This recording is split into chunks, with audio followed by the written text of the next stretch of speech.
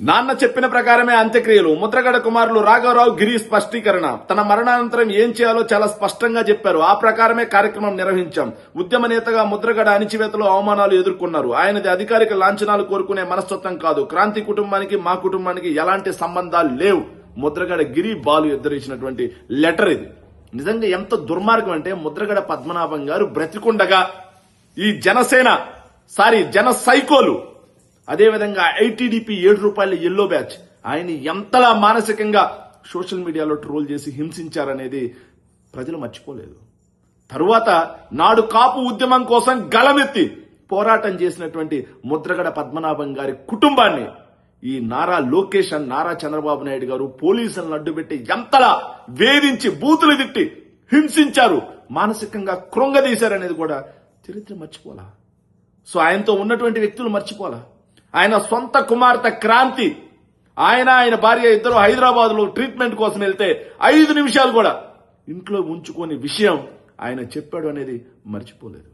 జనసేనతో జతగట్టి సొంత కూతురు ముద్రగడ పద్మనాభం గారిని అవమానించిన తీరు, ఆయన గురించి విమర్శించిన తీరు ఆయన కుటుంబం మర్చిపోలేదు, ఆయన అభిమానులు మర్చిపోలేదు.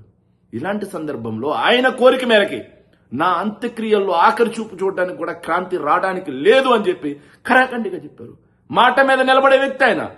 పంతం కోసం ఎంత దూరమైన వ్యక్తి ఆయన. 1600 ఎకరాలని పంతం కోసం పోగొట్టుకున్నటువంటి వ్యక్తి. అలాంటి వ్యక్తి చివరి కోరికగా ఆయన కూతురుని, ఆయన కుటుంబ సభ్యులు రానికపోతే దాన్ని రాజకీయం చేసి శవ రాజకీయం చేసినటువంటి పరమ దుర్మార్గులు ఎవర్రా అంటే ఈ జన సైకోలు, అదేవిధంగా ఈ ఎల్లోపేట్ ఏటీఎం బ్యాచ్. ఆయన చనిపోయిన తర్వాత కూడా వదల్ల ఇల్లు ట్రోల్ చేయకుండా వీళ్ళకి ఈ రోజు క్రాంతి మీద సానుభూతి, దీన్నే శవరాజకీయం అంటారు. మరోవైపు ఆయన బ్రతికొండగా పోలీసు బూట్ల కింద ఇదే చంద్రబాబు నాయుడు గారు ఆయన కుటుంబ హక్కులని కాలరాసి ఆయన్ని, ఆయన భార్యని బూతులు తిట్టించి ఆయన కోడలి మీద కొడుకు మీద దాడి చేయించి ఈ రోజు ప్రభుత్వ లాంఛనాలతో వెళ్తామంటే సిగ్గు మీకు లేకపోవచ్చు. చంద్రబాబు నాయుడు గారికి, నారా లోకేష్ గారికి మీకు సిగ్గు లేకపోవచ్చు. కానీ పౌరుషంగా బతికిన కుటుంబం అది, పంతంగా బతికిన కుటుంబం అది. ఆ కుటుంబం మాకు ప్రభుత్వ లాంఛనాలు వద్దు అంటే దాన్ని తిప్పి సిగ్గుపడాల్సింది పోయి దాన్ని తిప్పి వైఎస్ఆర్ కాంగ్రెస్ పార్టీ మీద శవ రాజకీయం చేస్తా ఉన్నారు మీరు.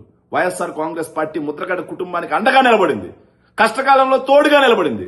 కానీ మీరు ముద్రగడ గారి చావుని, మరణాన్ని రాజకీయంగా వాడుకుంటూ ఆయన చనిపోయిన తర్వాత కూడా ఆయన ఆత్మకు శాంతి లేకుండా చేస్తున్నటువంటి తన కుమార్తె క్రాంతి, అదేవిధంగా ఈ జన సైకోలు, ఈ ఎల్లో పేజ్ బ్యాచ్ ఎవరైతే ఉన్నారో, నిజంగా మీకు సీరియస్ గా భగవంతుడు అనేవాడు ఉంటే మీకు వేయబోయే శిక్ష ఎలా ఉంటుందో భవిష్యత్తు నిర్ణయిస్తుంది. ఖచ్చితంగా ఖబర్దార్ గుర్తుపెట్టుకోండి. కర్మ విల్ బ్యాక్.